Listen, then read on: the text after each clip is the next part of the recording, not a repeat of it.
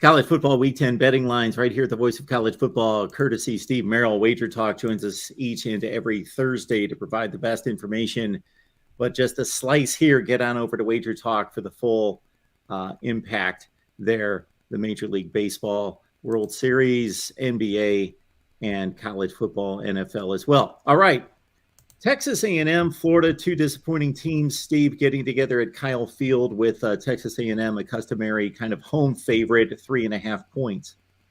Yeah, I mean, when the season began, we had really four teams maybe in the top 10-1 odds or less. Maybe in Michigan was 21, USC was 21. I mean, Texas A&M was in that mix 20 or 30-1 as well. So obviously a huge disappointing season for A&M to say the least, and they've now lost 4 straight games.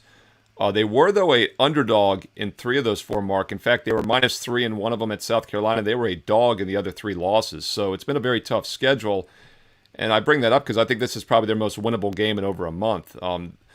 Point spread's only 3.5, but my math projection, my math simulation actually has A&M winning by 7. So I do think that's where the value is in this game. And I think Florida, a little bit of an overrated team. You also have to worry about a bit of a flat spot after the big Georgia game.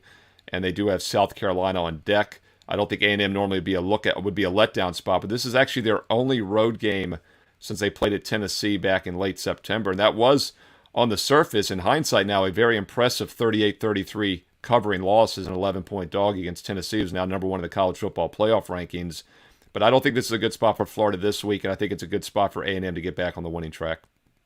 Get Steve's selections on wagertalk.com and his money management system, and also join us on Patreon. Search MarkRogersTV. You get my selections for the week, but more importantly, more impressively, certainly, Steve's under-the-radar selection, 8-1 against the spread thus far this season.